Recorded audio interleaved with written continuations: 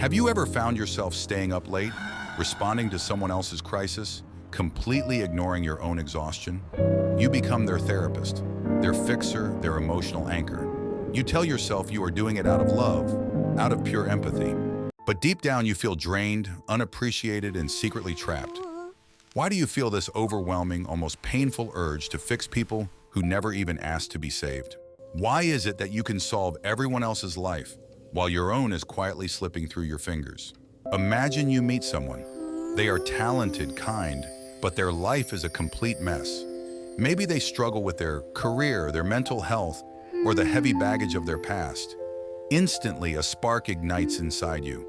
You don't see danger, you see potential. So you start working. You rearrange your schedule, sacrifice your peace of mind, and carry their emotional burdens as if they were your own. But weeks turn into months and nothing changes. They stay stuck in their chaotic patterns, and you end up completely broken, wondering what you did wrong. In psychology, this exhausting cycle is known as the savior complex. It is a behavioral pattern where you feel entirely responsible for the happiness, stability, and salvation of others. But this psychological trait rarely develops in adulthood. It almost always traces back to the silent corners of your childhood. Imagine a child who grows up in an environment where love is not unconditional. To get affection, validation, or even just a sense of safety at home, that child had to become the emotional caretaker. You had to monitor your parents' moods, fix family arguments, or suppress your own needs to keep the peace. Very early on, your brain learned a dangerous equation. I am only valuable when I am useful. I am only worthy of love when I am managing someone else's pain. This brings us to a much deeper, far more uncomfortable psychological insight. If you are always looking outward, always focused on putting out someone else's fire, what exactly are you running away from? The truth is, fixing others is the ultimate distraction. It is a highly effective, socially praised defense mechanism.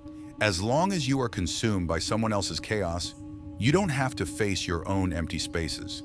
You don't have to look at your own unresolved trauma, your own terrifying fears of abandonment, or the painful question of who you actually are when nobody needs your help.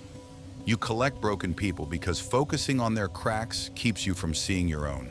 Think about how this toxic dynamic plays out in your daily life. You naturally attract people who are emotionally unavailable, addicted to drama, or perpetually playing the victim. In friendships, you are always the one listening, but when you need a shoulder to cry on, the room suddenly goes quiet.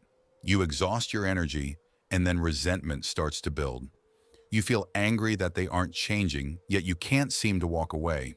You are addicted to the high of being needed, even when it is actively destroying you.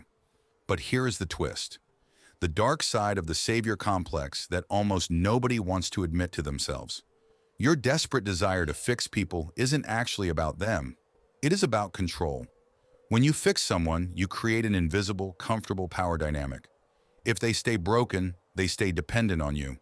And if they depend on you, they can never leave you. It is a desperate attempt to shield yourself from your deepest fear, abandonment. By constantly rescuing them from the consequences of their actions, you aren't actually saving them. You are robbing them of their own journey. You are keeping them weak so that you can feel secure. Breaking this cycle is painful because it requires you to finally put down the heavy cape you've been wearing for years. It means accepting a harsh reality. You cannot fix someone who is not ready to change, and it was never your job to do so. The next time you feel that familiar, urgent rush to rescue someone from their own life, pause.